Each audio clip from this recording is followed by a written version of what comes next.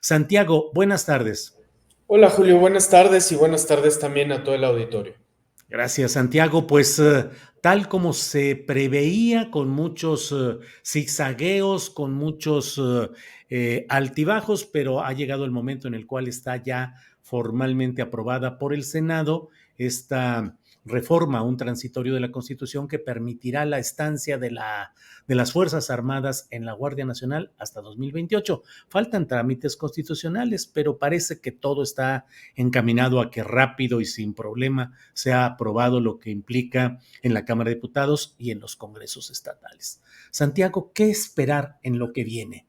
¿Cuál es la preocupación? ¿Cuáles son los puntos positivos, si hay algunos? ¿Cuáles son los negativos, si hay otros? Por favor. Sí, claro Julio, muchas gracias. Como lo comentas, ya quedó aprobada esta reforma con algunas modificaciones respecto de la minuta que envió la Cámara de Diputados. Es una reforma al artículo quinto transitorio de la reforma constitucional de 2019 por la que se creó la Guardia Nacional. En aquella reforma de marzo de 2019 se establecía un plazo perentorio para que pudiera disponerse de la Fuerza Armada Permanente en tanto que se fortalecía la Guardia Nacional. Y lo que ha quedado modificado es ese plazo que ahora ha quedado señalado hasta 2028. Habría distintos ángulos, Julio, para analizar esta decisión. Un ángulo sin duda relevante es el que comentabas, ¿no? Cómo en menos de 10 días varios senadores y senadoras cambiaron su posición, incluso habiendo sido muy vocales sobre los riesgos de profundizar la militarización hace apenas algunos días. Pero centrándonos en el contenido de la reforma, Julio, te diríamos desde el Centro PRO que la preocupación está puesta sobre todo en la debilidad de los controles que se diseñaron para acompañar esta ampliación al plazo en el que el Ejército y la Marina podrán seguir realizando labores de seguridad pública. Porque lo que se diseñó principalmente, Julio, es un esquema en el que existirá una comisión bicameral o bicamaral, perdón, es un anglicismo y es emular en realidad algo que existe en los Estados Unidos, por eso la diferencia en el término, pero es una comisión bicamaral que lo que hará es supervisar este uso extraordinario de las Fuerzas Armadas y se dispone que para ello se le presentarán informes semestrales, podrá comparecer a los secretarios del ramo, entre otras actividades, y esto se acompaña de otros temas como la creación de un fondo para fortalecer a las policías locales, que en realidad ya existía en el pasado en el presupuesto de egresos de la Federación. Lo principal entonces en materia de controles, Julio, es esta comisión bicameral. Ahora, ese diseño ya lo teníamos en México en materia de seguridad nacional. La Ley de Seguridad Nacional cuenta con una comisión bicameral para monitorear todas las labores de seguridad nacional y lo que hemos constatado una y otra vez es que este control únicamente parlamentario es a todas luces insuficiente, laxo, porque depende de la composición de las mayorías en las cámaras legislativas y se presta, por tanto, muchas veces a consideraciones que son más de índole política que del seguimiento específico de las materias que deben supervisar.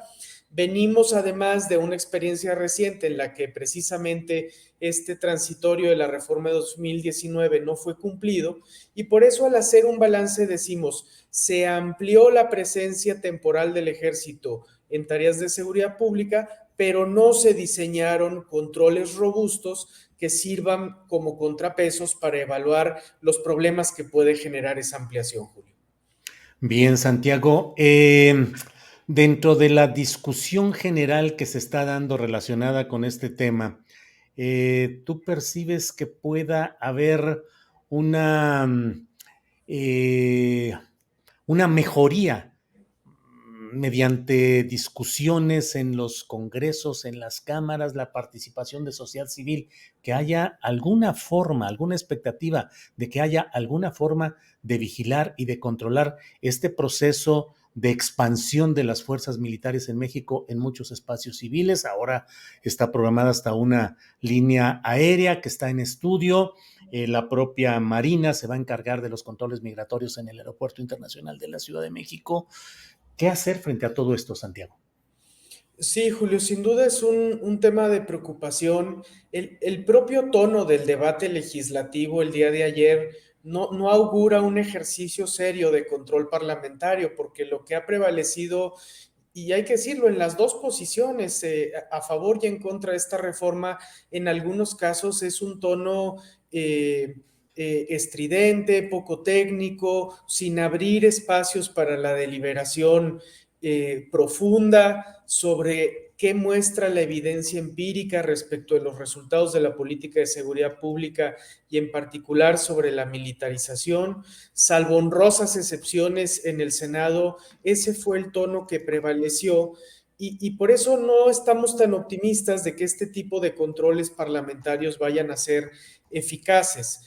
Tenemos ahora mismo, Julio, un tema muy vigente de seguridad nacional como es la vulneración de la seguridad digital de las Fuerzas Armadas, a partir de lo cual hemos ido conociendo aspectos muy preocupantes de la práctica real de las Fuerzas Armadas.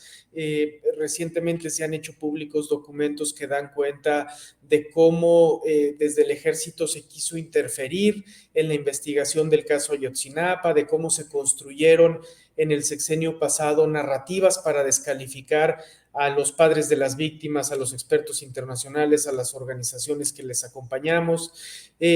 Y todas estas cuestiones deberían habilitar controles civiles más estrictos sobre las Fuerzas Armadas y, por ejemplo, tendría que estar ya llamando a cuentas sobre este tema la Comisión Bicameral de Seguridad Nacional a las Fuerzas Armadas. Y no vemos que suceda, Julio, porque los controles parlamentarios quedan demasiado subordinados a los vaivenes de la política en el Congreso de la Unión y no se vuelven, por tanto, instancias efectivas de rendición de cuentas. Bien, pues Santiago, estaremos atentos a lo que vaya sucediendo en todo este tema. Como siempre, agradezco mucho la posibilidad de platicar contigo y a nombre pues del Centro PRO y a reserva de lo que desees agregar, yo siempre te agradezco la oportunidad de platicar, Santiago. No, al contrario, Julio, nada más agregar nuestro agradecimiento, como siempre, por este espacio tan propicio para poder hablar objetivamente lo que está pasando en el país. Muchas gracias. Al contrario, Santiago, hasta luego y bueno.